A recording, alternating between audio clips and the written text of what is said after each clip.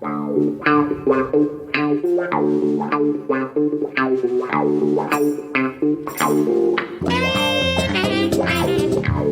morning, good afternoon, good evening, wherever you may be, and welcome to the MMA Show. In this month's episode, we shall preview UFC 287, Pereira versus Adesanya 2 for the UFC Middleweight Champion of the World. This podcast is sponsored by Hatton James Legal. That's hattonjameslegal.co.uk. Go to there for all your employment law needs. And also Overst Events. That's overstevents.com for your event management. Your event just made easier, just easier. So there's the sponsors, and thank you to them. And last but not least, the podcast would not be possible without our friends at SRBMedia. That's SRBMedia, who edit and produce this podcast. And over on SRBmedia.co.uk, you can get a range of a full array of podcasts from football, music, and pretty much any other interests you've got. And so head over to SRB Media. SRB Media. Okay, to contact the podcast, contact the show, you can email the MMA Show 7, the MMA Show 7 at gmail.com. I think we've got one fan question at least this month.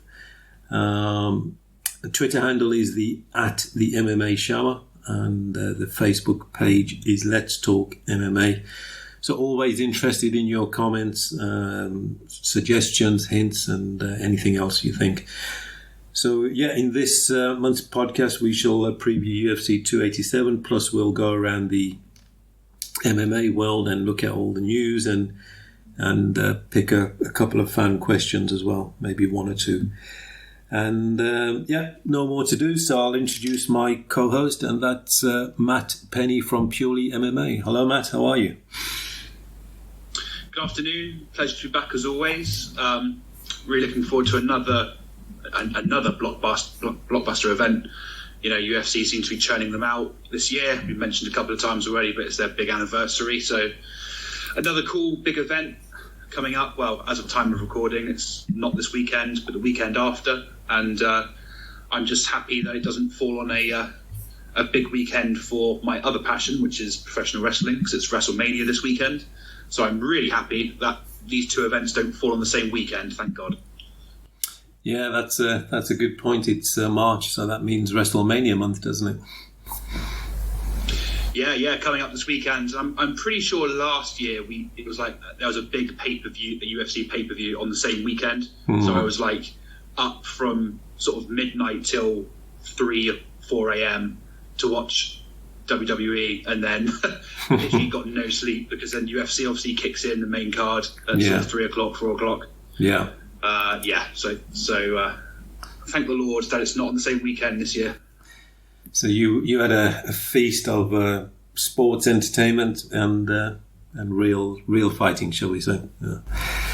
Yeah, it's why I'm really jealous of like the listeners and UFC fans in the States, because I mean, like, you can get your friends round and you can eat food and make a big party of it, but in the UK these kind of things aren't very social because it's so late in the middle of the night, so it kind of sucks. But yeah, we get through it, don't we? We do indeed, yes. Okay, so we're going to preview UFC 287. We're going to focus heavily on Gilbert Burns versus Jorge Masvidal and Alex Pereira versus Israel Adesanya, the rematch, of course. But I was just looking through just a general sort of perspective or a comment, really, that Kelvin Gastelum is on the prelim card. I think the main event on the prelim, and Michael Chiesa as well. So it's a fairly sort of heavy card at the bottom of the card. Yeah, it's. I feel like this card is. I mean, Gastelum. I feel like he's living off his name a little bit now at this point. I thought when I always look at the event before we press record and just looking through everybody. I could have sworn that Kelvin Gastelum was like 40 years old and coming towards the end of his career, but he's only 31. Yeah. So, like, but he's been in the UFC as far back as I can remember, and so I just thought I was expecting him to be much, much older. Well, he won the Ultimate Fighter where John Jones and Chael Sonnen were the coaches.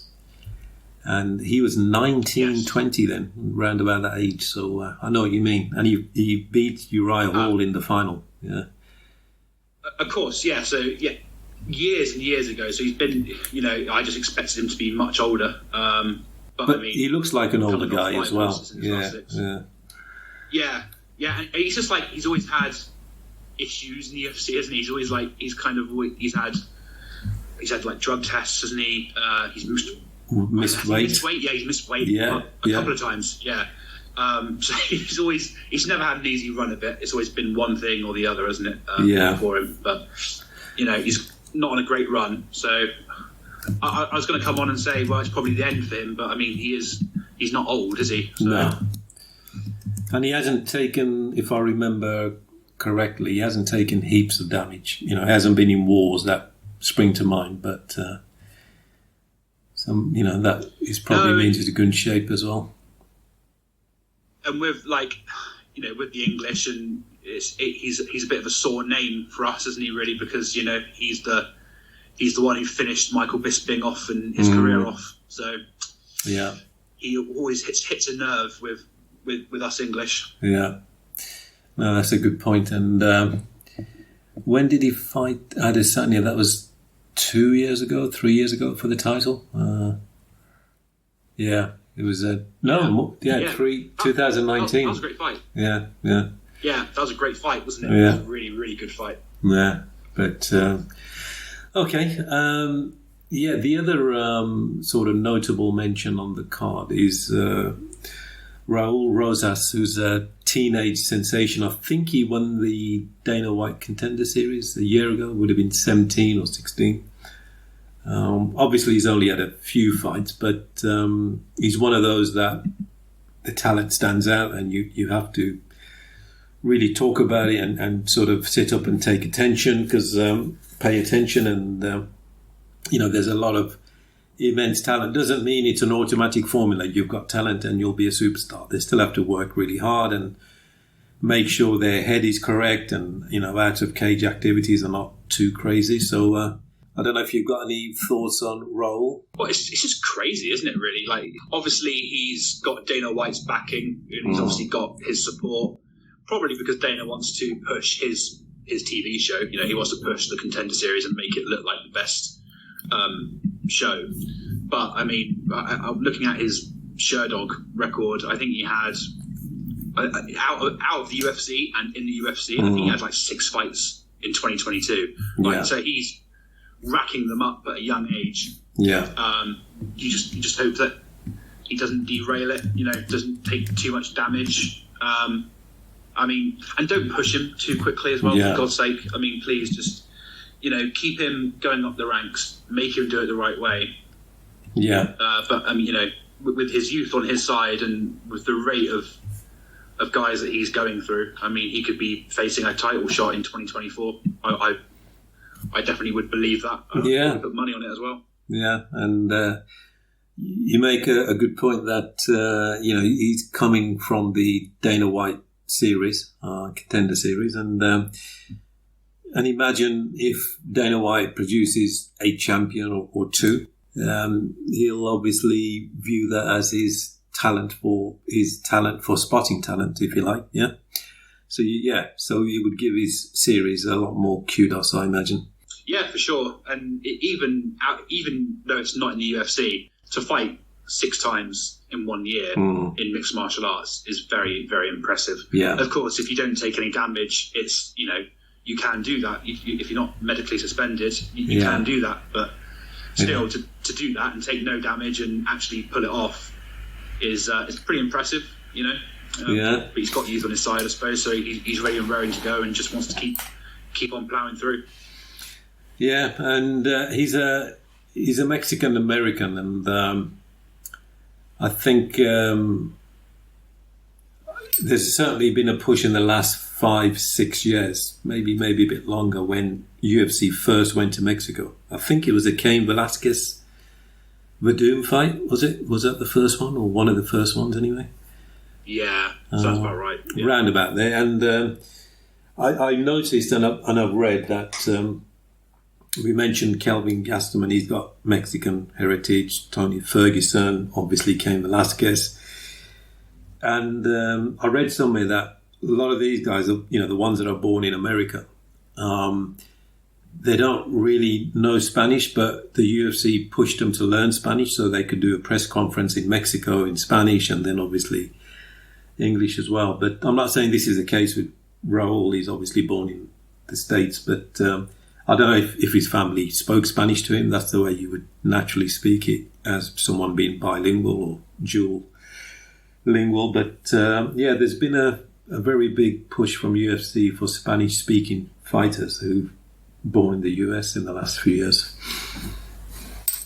Yeah, and I think it's an advantage to the fighters as well. If you want to represent like a different country to where you're born in the States, for example, if you go to your where your roots are and you decide to represent a different country from like your mother or father's side, I think you get more props for that.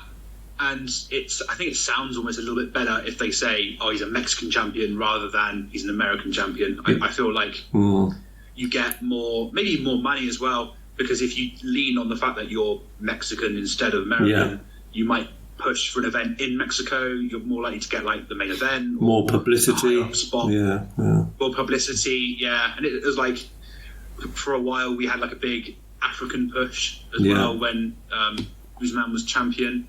Obviously not anymore. And Adesanya, of course, there was a big push as well last year for like a UFC Africa. And obviously that's fallen off a cliff now because those two are gone. Not gone, but not champion. So it definitely helps the UFC as well as the fighter, I would say. Yeah, and it's interesting that you say that. Obviously, that if they can push the Mexican side, they do. I sense when I've heard him speak in Spanish, I'm not a fluent Spanish speaker, but I can sense some hesitancy that they're trying to formulate the words. So, things like hola, ¿qué tal?, muy bien.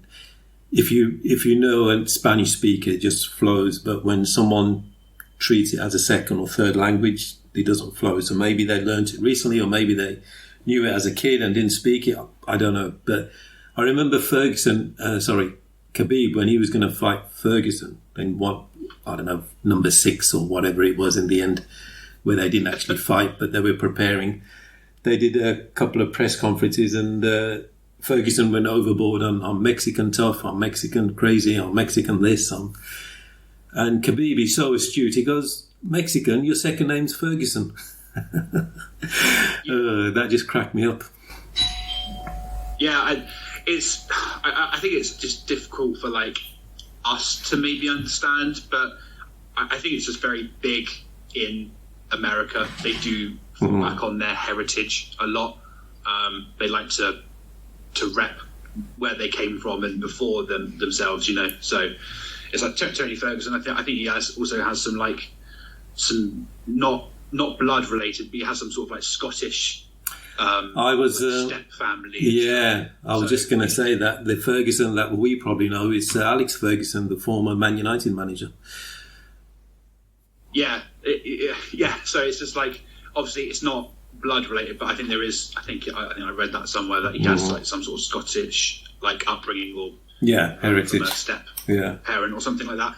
But it's just very big over in the States. They just like to fall back on their heritage and rep it, and it's almost like when I definitely anyway, but when Brits think of like Americans, they think they're very, very loyal to America, very patriotic, very patriotic to America, but actually a lot of them tend to go back to other their heritage, ethnic roots. Brock Lesnar, when he and when Brock Lesnar came back for UFC 200, he had Canada on his arm instead because his home is now in Canada and he likes that instead. So they're very quick to change and use it as to their advantage for sure.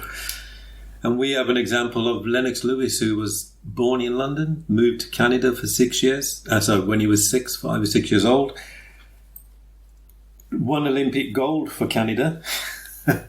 And when he became professional, he suddenly became British again. So with a very North American accent. Probably a bit before your time. Yeah. Oh, just a little bit. Yeah. But yeah, it's an interesting discussion point, and Khabib was always very astute, for noticing when Conor McGregor was touting his Irish. Obviously, he's Irish, but he was really sort of pushing that, and he was trying to create conflict because I think in Khabib's camp they've got some Chechenian fighters or coaches. And there's a bit of, needle between Dagestan and Chechnya, as most neighbours have. And Khabib found out that McGregor's grandfather fought for the English against the Irish. And he brought it up in a press conference. And I thought that was very good research from his team. Yeah, I think we underrate. I think we underrate a lot what Khabib brought to the table. He wasn't an idiot. Conor, do you speak any other language apart from... Why do you speak English if you're Irish? And Khabib said, I speak 6 languages: Turkish, Arabic, Russian, obviously, English, and a few others. But anyway, we digress a bit. But I thought that was interesting. Well, it could very much lead on nicely to the co-main, to be fair, because obviously Jorge Masvidal is another one of those Cuban American, very well known. Yeah, Cuban, Peruvian as well. It was his mother, and so again, very much another American fighter who falls back on his heritage. Yeah. I think he came to the States from Cuba when they used to escape Cuba literally on a raft. So you can imagine how bad it was on Cuba if you're going to go across the Atlantic Sea or the Caribbean Sea on a raft. And I think he was 3 or 4 years old, maybe. But coming to the fight itself, I just see Gilbert Burns and Masvidal. I just see violence and blood. I think we'll have to do a bit more analysis than that, but what's your initial impression to make it a decent podcast? I fully expect violence and blood, for sure. It's just amazing that now with the title change for Leon Edwards, it seems like Masvidal especially has got a bit of a career refresh. I don't think you could say that he deserved to fight again for the title against Kamaru. Obviously now that the situation is different, he's got the heat with Leon from a few years ago. He's got a ready-made promo. He's got a ready-made promo, and obviously it's not like it's just anybody. But Masvidal and Leon had the little scrap back in London a couple of years ago. Yeah, and that's the promo for this. If they do fight, perfect. UFC don't have to spend any money. Yeah, and it's just like it's amazing how. Sometimes we love it when you have a champion who's there for 10 fights retaining. Sometimes that's great if there's a good roulette, a good wheel of challengers. But here it's the opposite. A title change has refreshed his career for sure, and a win here could possibly mean a title shot in 2023. It's the same for Burns as well. It just so happens that in this case, a fresh champion it could give some fresh opportunities for sure. Yeah. In terms of how the fight will go and give us your style matchups from both fighters' perspective. I think Burns is probably more dangerous, more well-rounded than Masvidal. I'm pretty hypocritical in my analysis. Sometimes I say form should take precedent. Other times I say, entertainment factor should take precedent. But here it's like Masvidal's had a very patchy career, like throughout the years of being in the UFC. For years and years and years, up until the knockout of Ben Askren, he was kind of considered a bit of a journeyman.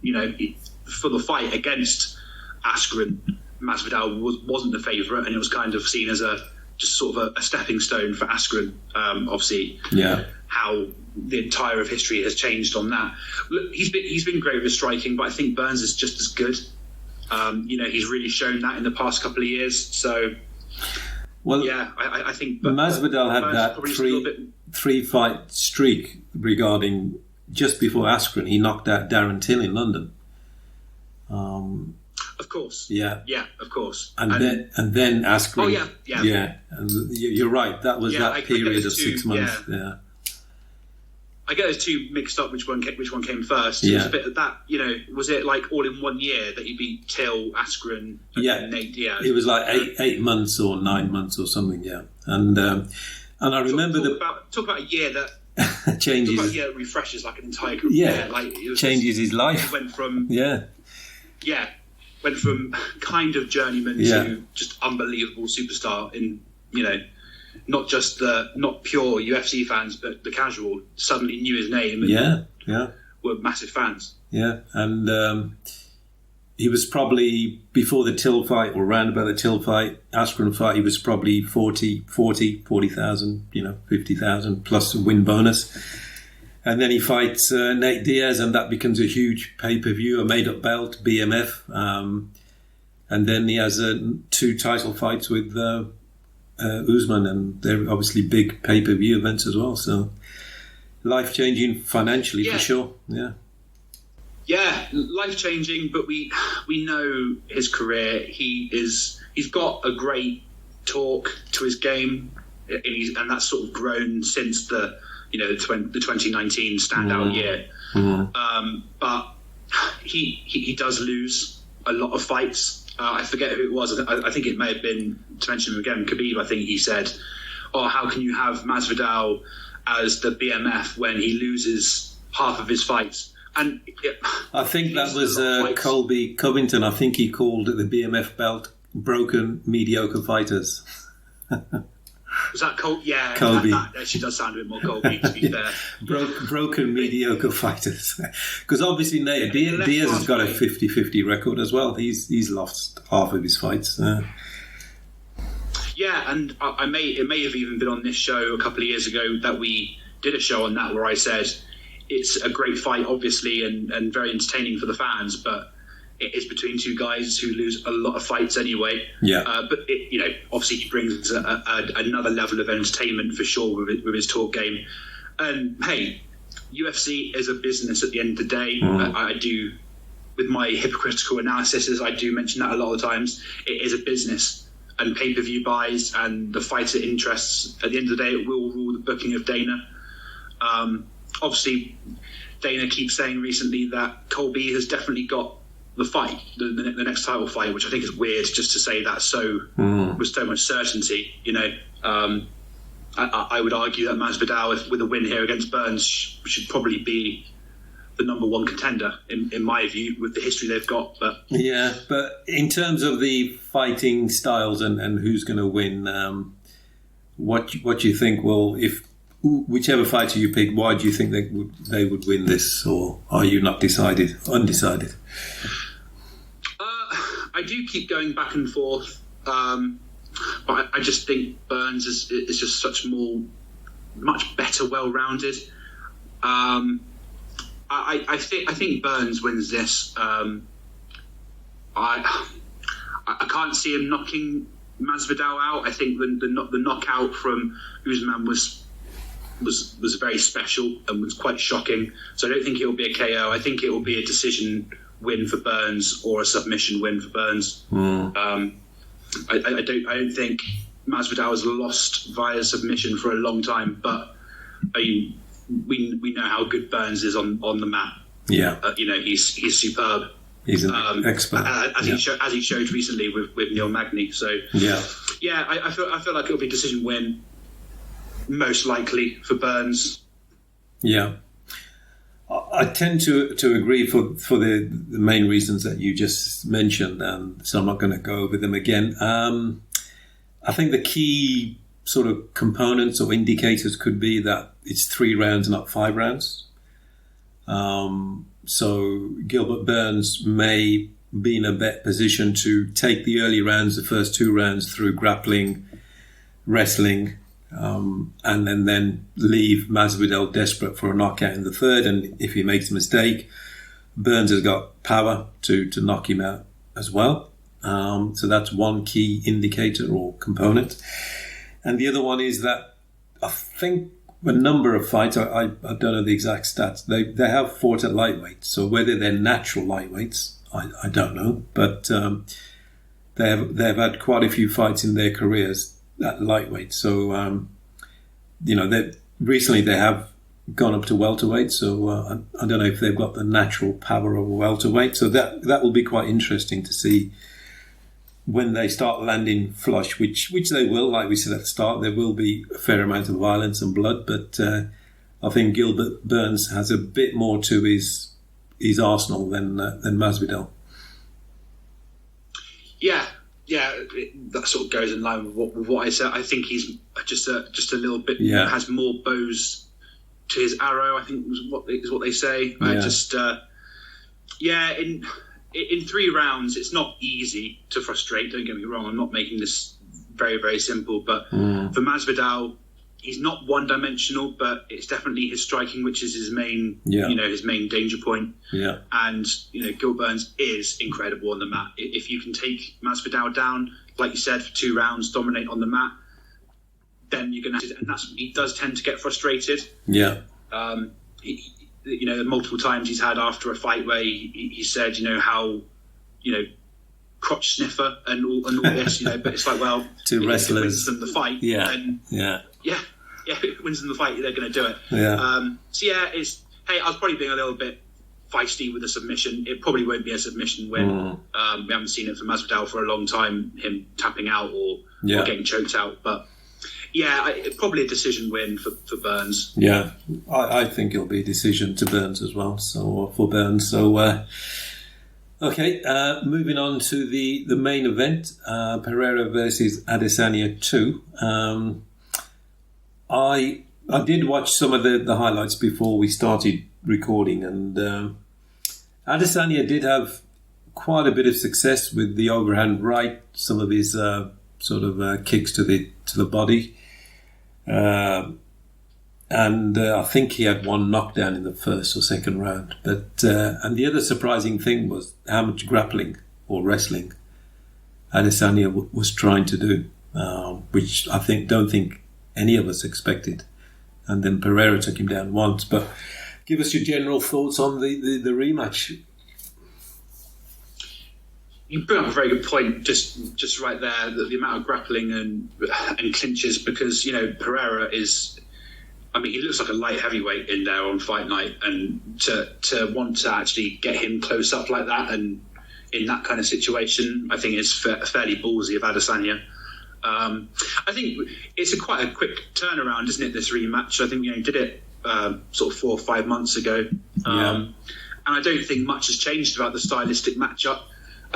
You mentioned the knockdown there for Adesanya. I think it was quite infamous, wasn't it? It was at the end of the first round. Yeah, and he got a strike off after the bell.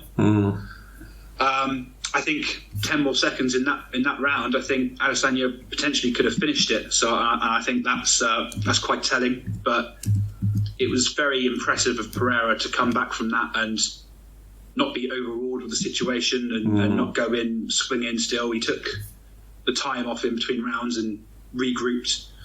I'm going to double down on what I said in the last show that we did for this fight. It was only a few months ago. Yeah. Pereira has Adesanya's number. Yeah. And a wise man called Daniel Cormier once said, well, if I've lost all the fights, I guess there is no rivalry. And Pereira has now won 3. Granted, 2 of them was in kickboxing, but it's still a fight. Yeah. It's still a fight. It's still a combat sport. It's now 3-0. I just think sometimes a guy just has you figured out. Whether Adesanya can work out what that is and combat that, we'll soon see. But I think it was quite telling that Adesanya, he did have Pereira rocked at the end of the first round, which means it can be done. It's not like Pereira walked in there and just walked through Adesanya. It was very, very close. It was. It was. Until there was the fourth round, 2 minutes ago, was it? Something very close. fifth round, was it? It was a fifth round knockout, wasn't it, from Pereira? Yeah, a couple of minutes to go. I think I might have said it was a little bit of an early stoppage because I think Adesanya kind of was aware of what was going on a little bit, and he was very quick to. And he was still on his he was sort of bending down, but he wasn't completely on the mat, was he? I don't think. Yeah, I think he claimed he was working and he was trying to work out what to do.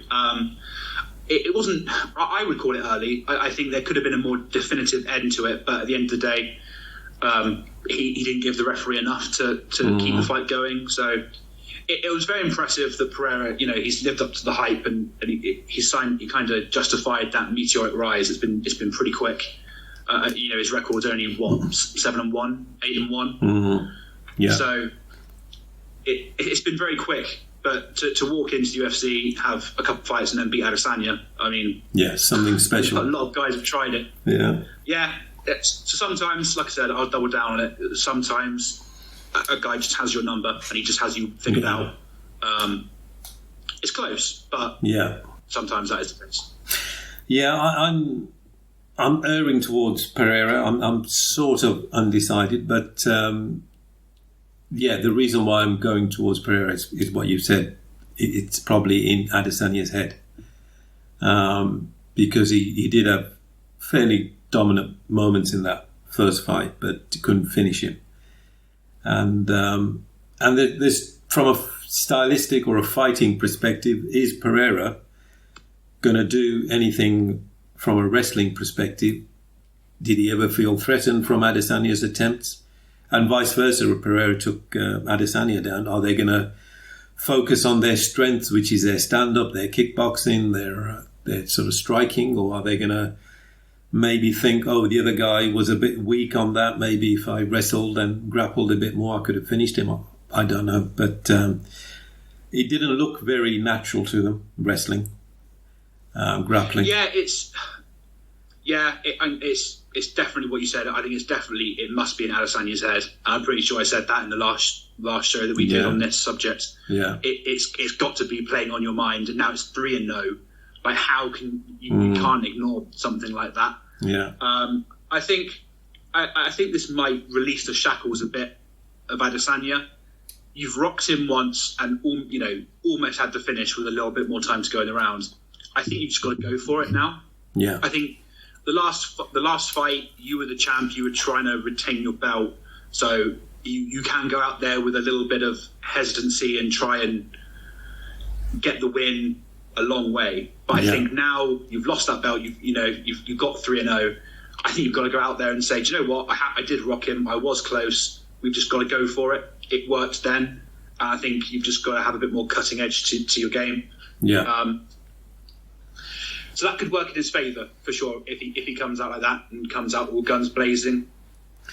The other reason why I think Adesanya's mind might not be quite there in terms of this particular fight is that I watched something on YouTube. Now, this is completely peripheral. It's not really anything to do with fighting, but it's to do with what comes with fighting, which is fame and fortune. And Adesanya was, I would call it whinging. Maybe he wouldn't call it whinging, but he was talking about people, if he's in a restaurant with family, someone wants to, a fan wants to come and take a photo, and he finds it intrusive and disruptive to his evening. And he was giving various examples. He was in a restaurant once, and then he was in somewhere else and whatever.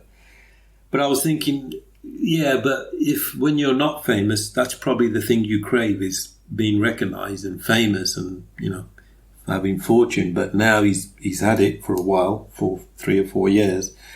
Has he lost that real bite to say, I still want to be this superstar? Or is he just like, I'm not really that bothered? SRBMedia.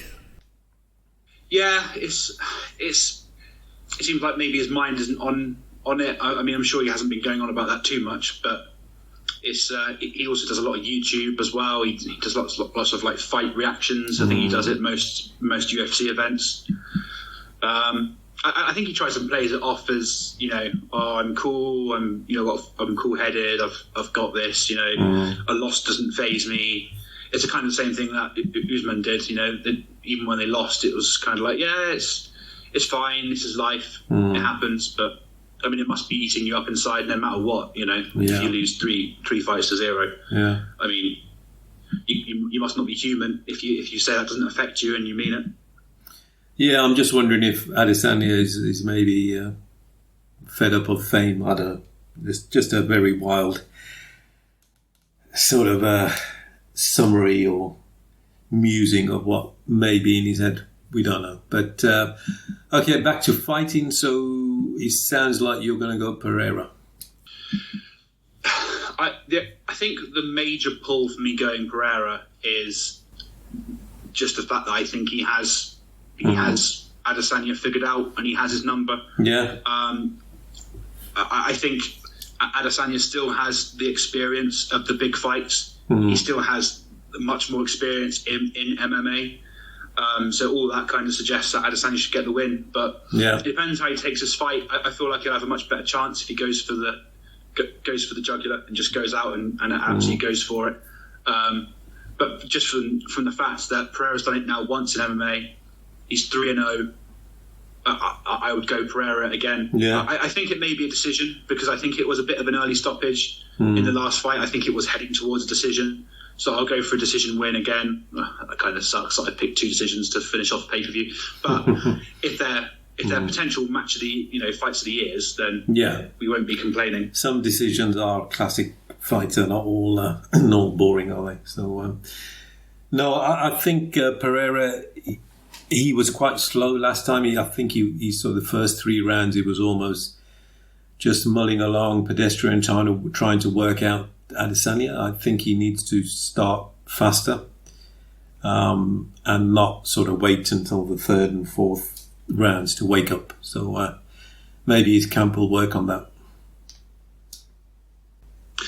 Yeah, for sure. And Adesanya's got just such a good camp around him as well. Maybe a more secure camp as well than Pereira could work in his favour. But I'm going to triple down on it. Something hasn't worked for the past 3 fights. So I just, as a slightly betting man, when it's 3-0, I can't in my head grasp. Yeah. I can't say, Adesanya's got it sorted. I just think, well, it's 3-0 for a reason. You don't get many 3-0, 4-0 fights in mixed martial arts. Usually after 2, it's done. Yeah. So. Yeah, you can't ignore the form, I think, is what you're saying. Yeah. So, okay, so we're both going for Pereira. That's good. I think we're both thinking decision, probably. Yeah. Yeah, okay. All right, so moving on to the world of MMA, UFC news. What you got for us this month, Matt? Well, it's kind of affecting the English again and us in the UK, but it was very recent that Paddy Pimblett, from his hospital bed after an ankle surgery, I think it was last night or the day before that, he's called out Jared Gordon again. Obviously, Jared Gordon is the guy that Paddy beat in his last fight, and I'm doing that in inverted commas in real life, because I think it was understood that it was pretty much a draw or a Gordon win. So I think it's weird that a winner would call out the guy that you've just beaten. I think that's really weird. You'll never see that. Usually the winner walks off into the sunset, takes the win and moves on. But it kind of makes me gain a little respect for Paddy Pimblett in a guy who is largely very childish and kind of a bit cringy from time to time. It shows a little bit of maturity, I think, from my point of view, that he would go, do you know what, I probably did lose that fight. I want to right the wrong. I want to fight him again and make it more solidified. A little bit of respect comes from me for that, I think. Yeah. Yeah, he probably wants to do it again to make it, shut the doubters up. Yeah, make it convincing, finish him, knock him out, submit him, or one of the ways. I think that's his motivation, and I think he's in that hospital bed tirade that he posted. I'm not sure what the hospital thought of it, but there you go, or his doctors. he said he broke his ankle in the first round of the Jarrod Gordon fight, or splintered his ankle or something. That's why he's had this surgery. And he was fighting with one leg effectively. He was heavily limping after the fight, and on the way out, I think he said he was going to be out for quite a while. It has been a little while now. Okay. Yeah. It's just very odd. You very rarely see that. You often don't see a winner turn around and say, "Do you know what? It's kind of like a professional wrestling thing that you see happen.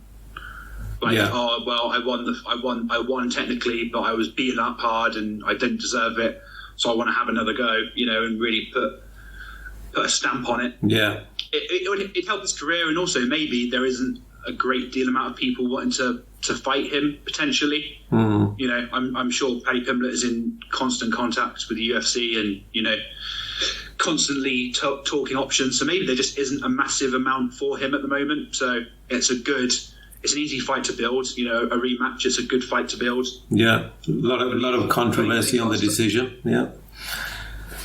Yeah, and it doesn't hurt to have a 2-win on your record. I think the last one was on pay-per-view. And it was quite a heavy build on the UFC embedded YouTube documentary thing that they do throughout the fight week. I don't know if you watch that on YouTube. Yeah, I do. Which is always good fun. Paddy Pimblett was quite heavily featured on that. So he's got his own podcast, and he had Dana White on his podcast, and there was a huge push. Well, he's very popular with Dana White, but possibly because Dana White sees the promotional promise of Paddy Pimblett, but also Paddy went in hard on Ariel Helwani, and we know the relationship between them and the UFC, so it's probably doing a lot of good for his Dana White relationship. Looking forward to seeing where that goes, because it was a few months ago now that fight happened, the Paddy fight, and it's a bit weird that he's only having surgery just now. I suppose that's the state of the NHS, I suppose. He's probably got private care. Well, we don't know, but he can afford it, I would imagine. You would imagine so. It's quite weird that he'd wait this long, to be fair. Yeah. Maybe he was doing some other promotional stuff. Who knows? What we got next, Matt? Well, it's quite a quiet time. Obviously, we're kind of waiting for Conor and Chandler's series to come out on the Ultimate Fighter. So that's fine. It's not the only news, but they tend to dominate, don't they? Yeah. I mean, we've got a fan question anyway. So we'll dig into that. And you sort of touched on this earlier, talking about Masvidal and Burns. But this is from Christian in Switzerland. Thank you for that. And just paraphrasing, should Colby Covington be next for Edwards? If so, why? Or if not, why, I imagine? Probably not. To be fair, you don't get a title fight just because you turned up as a backup fighter and made weight, and that's what he said in the press conference. Because obviously he turned up and made weight for the Leon Edwards-Usman fight recently. He made weight as a backup fighter, and in the press conference afterwards, he said, "Well, I've turned up and made weight. That makes me number one contender." And then Dana White essentially came out after the fight and said, "Yeah, he's right. He's the next, the next fighter." I think it's probably close between him and the winner of Masvidal and Burns. I think it's probably close, but you're right. I did touch on it earlier, and the UFC is a business, and they see Colby Covington as a fighter of interest with fans and the general public and everybody. So it's kind of a fight that eventually makes sense. But you think, I think Colby Covington versus a American champion has more pull than a Covington versus an English champ would have. Because Masvidal has the build already kind of set up. Colby kind of leans into the whole Donald Trump thing against an American fighter. It writes itself, but you can't really pull that against an English No, champ. doesn't carry the same meaning behind it or relevance or impetus. But if we look at it from a rankings perspective, Colby Covington is number 2, and the reason he's number 2 because now Usman is number 1. So from a rankings perspective, he does deserve it. If you push Masvidal, and I understand promotionally why, because of the previous real sort of fight they had, or sort of altercation, shall we say. Masvidal is number 11 at the moment, so if he wins, will he go to 8, 9? Don't know. And Burns is 5, so if Burns wins, will he go to number 3? So as we stand, Covington is the highest ranked fighter, behind obviously Usman, but he's lost. So he deserves it from that perspective. If you look at rankings only, yeah. The rankings are obviously a good guideline, but the fact that Kamaru Usman is still number 1 after losing twice, is I just don't. That doesn't make sense to me. I mean, he should be 3rd, potentially 4th. Yeah. In terms of how it should work, if Masvidal wins against Burns, he should jump to 5th. Really, you'd think it should be a simple replace system. If you beat a guy in 5th, you take 5th. I mean, that should be the way it is. Yeah. Chimaev is still there, of course. Yeah. In a bit of a weird situation at the moment. But he's going to move to middleweight, isn't he? I don't think he's going to get another fight at welterweight. But he keeps challenging Colby, doesn't he? And then Colby keeps firing back, saying, "I'll never fight you because you miss weight." Yeah. Really, that should be the fight to make at welterweight. It should be. I would do the winner of Masvidal and Burns against Edwards, Colby and Chimaev to fight each other. That kind of leaves Belal Muhammad in a bit of a weird spot. I don't think they can trust Chimaev, to be honest. And I think he said the next fight is middleweight anyway. So that sort of leaves him out of the picture. Was that confirmed? Well, Dana White. Well, how can we say confirmed? If Dana White says it, most of the time it's correct. But I don't think it's anything official. Right, it was a big miss. Don't get me wrong. Yeah, the welterweight Chimaev. It was a big miss. Right? And then he laughed about it. He didn't take it seriously. So, would you trust him as a promoter? I don't know. I wouldn't. I mean, after one time, I think if you'd explain why it is a big deal, I mean, you probably should know it's a big deal. And that was probably a bit of a mistake on his part, to try and laugh it off. I think it was £9, was it, or £8 or something? Yeah, £8 or £9. It's a big miss. But I just don't. Even so, I think the size difference for him at middleweight would be like I mentioned, Alex Pereira. He legitimately looks like a light heavyweight on fight night. I just don't see how Chimaev. I mean, he's not small, but he's a big guy. He's a tall guy. Yeah, but okay. You're sort of saying Covington doesn't deserve it. I'm saying I think he does. So we'll see. The other interesting thing that Covington said was that don't cross your boss. So if Dana wants it and Edwards says no, and Edwards loses, then it's going to be a hard road back for Edwards, because it took him 10 fights in a row to get the first fight with Usman. Was he on 10-0 streak, Edwards? Yeah, he was. Yeah, it was a big long streak. Yeah, and obviously as a Brit, I want to see it can continue, and it's nice to have a champion represent us, and for sure. It'd be good to see him have a good run for sure. Okay, well that'll be an interesting. It's already creating debate, as we've just demonstrated. So maybe that's what the UFC wants: people debating it. It can't do any harm for sure. Yeah, and people disagreeing like we have. So that's good. Good for business, as they say. Yeah, it's good for business. It keeps talk going, and at the end of the day, it doesn't really matter what we think or say, because there's only going to be one man who makes the decisions. Yeah.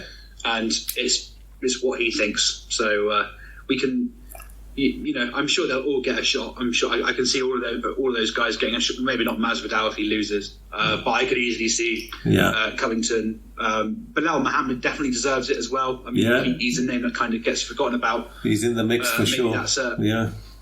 he's in the mix, but maybe that's maybe he should think about keeping his name relevant and maybe getting his name a bit more out there and well known, because his name tends to get a bit forgotten. You know, everybody goes to Covington, Chimaev, and Gilbert Burns. So